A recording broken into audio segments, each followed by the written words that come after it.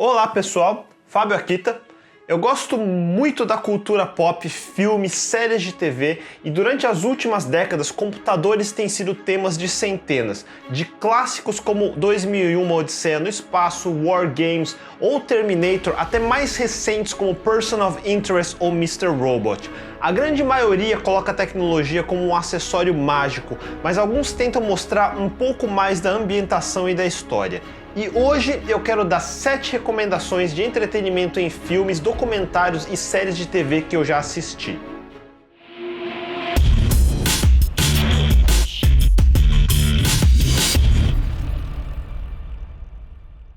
Eu costumo dizer que eu tive muita sorte. Eu conheço a história da computação moderna a partir do meio dos anos 80, porque eu vi em primeira mão como tudo aconteceu. A história antes dos anos 80 eu aprendi via enciclopédias, e entender como os eventos se conectam durante todo esse período é muito legal. Se você nunca se interessou muito, talvez consiga se motivar assistindo alguns filmes para começar a apreciar o que você tem hoje. De onde veio o computador que você usa hoje? De onde vem o smartphone que você usa hoje?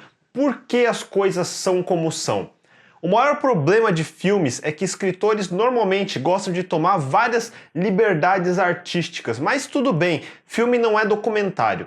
Assistam pelo entretenimento e para se motivar a ir atrás da história real. Antes de iniciar, eu cruzei com um filme que é tão ruim que não dá para recomendar, mas achei importante comentar aqui pelo assunto. É um tanto obscuro, mas é estrelado por ninguém menos que Tilda Swinton. Foi lançado em 99 e se chama Conceiving Ada. É meio uma ficção científica hiper fantástica sobre tentar trazer Ada para o mundo moderno. De qualquer forma, achei interessante ter a imagem da Tilda Swinton como uma personificação de Ada Byron King, única filha legítima do poeta Lord Byron, vindo a se tornar condessa de Lovelace. Muitos clamam que ela foi a primeira programadora, mas não existem tantas evidências disso. O fenômeno Lovelace é mais um exemplo de como a cultura popular sobrepõe fatos históricos. Não há dúvidas de que ela e seu mentor Babbage foram visionários na história da computação, mas discutir se ela foi ou não a primeira programadora não é útil para a história. Babbage inventou o Difference Engine em 1822 e o Analytical Engine em 1837. Ele escreveu os primeiros programas rudimentares em 1836 e Ada, que foi mentorada por Babbage, evoluiu esses programas em coisas mais complexas em 1842. A colaboração dos dois foi muito importante na história. E agora sim, vamos às recomendações. It's unbreakable. Let me try and we'll know for sure, won't we? It's the greatest encryption device in history and the Germans use it for all communications. What is it that we're really doing? We're going to break an unbreakable Nazi code and win the war. A primeira recomendação é um filme, The Imitation Game, de 2014. Esse acho que todo mundo conhece por causa das atuações impecáveis de Benedict Cumberbatch como Alan Turing, considerado por muitos como o pai da programação moderna, e surpreendentemente da Keira Knightley como Joan Clark. Apesar da linha geral da história ser interessante, se apresentando com o estilo outsider que precisa se provar, ajudando a ganhar a guerra e revolucionando a computação ao mesmo tempo, mas é injustamente condenado e acaba seus dias em desgraça.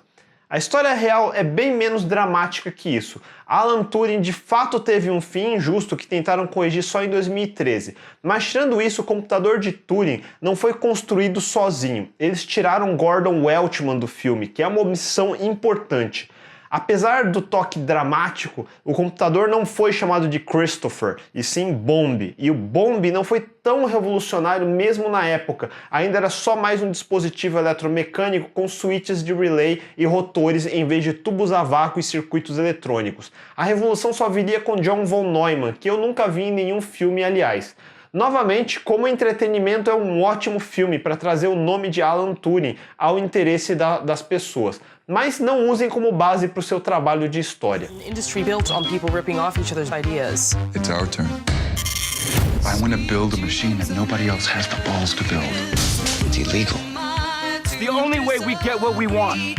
A segunda recomendação é uma série de TV. Se você só conhece a AMC por causa de The Walking Dead, procure saber sobre Halt and Catch Fire, de 2014, cujo nome, aliás, é o mnemônico HCF de acende para crashear um computador.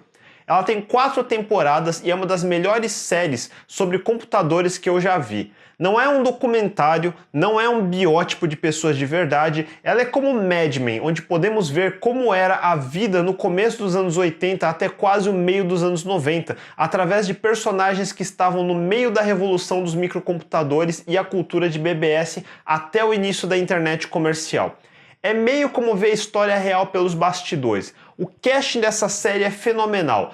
Todos os protagonistas são estelares. Começa com Lee Pace como Joe McMillan, um personagem à la Steve Jobs, escrito como um ex-IBMista, tentando ser visionário. Lee Pace talvez você se reconheça de personagens como Thranduil, da trilogia The Hobbit, ou como Ronan the Accuser no Guardiões da Galáxia. Tem também Scott McNairy como Gordon Clark, um tipo mais Wozniak, talvez vocês tenham visto ele em filmes como Killing Them Softly, Argo, 12 Years a Slave, e em Argo a esposa de seu personagem também foi Carrie Bichet, que em Halt and Catch Fire é Donna Clark, uma das personagens femininas na indústria de tech que eu mais gostei até hoje. Sério, ela é perfeita, quase perfeita demais na minha opinião, mas eu não vou reclamar. E junto com a personagem Cameron Hall de Mackenzie Davis, que você deve ter visto no novo Blade Runner 2049, forma uma dinâmica incrível na 3ª e 4ª temporada. 2 exemplos de mulheres na tecnologia numa época bem diferente da nossa. Não tenho elogios suficientes para descrever essa série, altamente recomendado.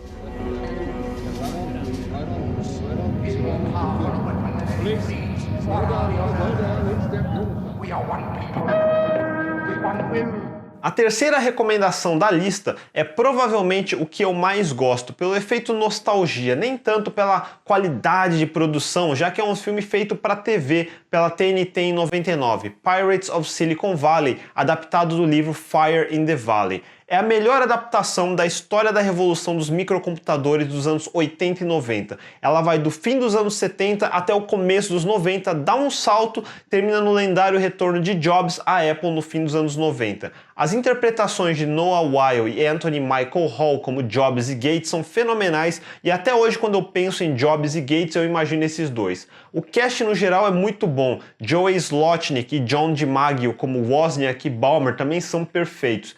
Apesar de ser um filme para entretenimento e apesar das liberdades artísticas, esse ainda é um dos poucos filmes que realmente faz uma boa pesquisa e na maior parte os eventos são corretos. Tem poucos pequenos erros que não chegam a quebrar o filme como um todo e é unânime que Noah Weil fez um Jobs tão bom que foi reconhecido pelo próprio Jobs, Wozniak e outros próximos como Dan Kotick. Insanely great new product. We have got products that are going to make... Até Gates reconhece que o filme é próximo da realidade e a forma como dramatizaram a relação de Jobs como Gates é muito boa. De todos os filmes sobre computadores já feitos, esse é de longe a melhor recomendação de todas. É tão bom que eu já vi esse filme uma dezena de vezes e não me canso de assistir. For more than a decade, I was right here in Silicon Valley, witnessing up close the moments that shaped the internet age. That age began with a vicious power struggle. A quarta recomendação não é um filme, mas o primeiro documentário da lista. Na sequência de Pirates, assista o documentário da Discovery Channel chamado Download, The True Story of the Internet, escrita pelo jornalista John Heilemann, lançado em 2008. Ele é dividido em 4 episódios, Browser Wars, Search, Bubble, People Power, respectivamente conta a história da famigerada guerra dos browsers, a história que dá origem ao Google, o crash das .com e o início da história das redes sociais. Ela cobre um pedaço importante da história que vai do meio dos anos 90 até o começo do século 21. Nela vocês vão entender como a Microsoft quase foi dividida em 3 num dos julgamentos mais pesados da história da computação, que quase quebrou Bill Gates e foi o motivo dele ter saído da presidência da Microsoft. Vai conhecer mais sobre a história de personagens importantes como Jim Clark, Mark Andreessen, Sean Fanning. Mais interessante é como esse documentário é construído meio como se fosse um episódio do Investigação Discovery. Tem aquele tom de suspense, como se estivessem contando a história de um crime. E é justamente esse um pouco da ideia, de mostrar como a história não é tão bonita quanto muitos podem imaginar. This is the story of how it changed an industry and became a cultural phenomenon. beginning with Steve Jobs' return to the company he co-founded. Thank you very much.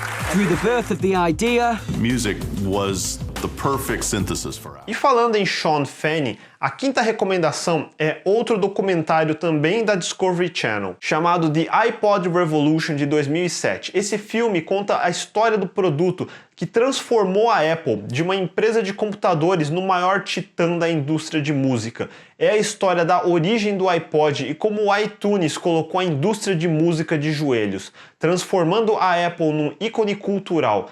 Para mim, esse filme é a continuação de Pirates of Silicon Valley e um importante episódio da nossa história recente. Diferente do documentário anterior, esse tem um tom mais épico e traz vários escritores e jornalistas famosos que eu lia muito na época, como Leander Kahney, David Pogue, Stephen Levy, Jeffrey Young. Eu gostei tanto desse documentário quando foi lançado que eu cheguei a fazer as legendas em português e vocês podem assistir no blog no link que eu deixei na descrição desse vídeo abaixo.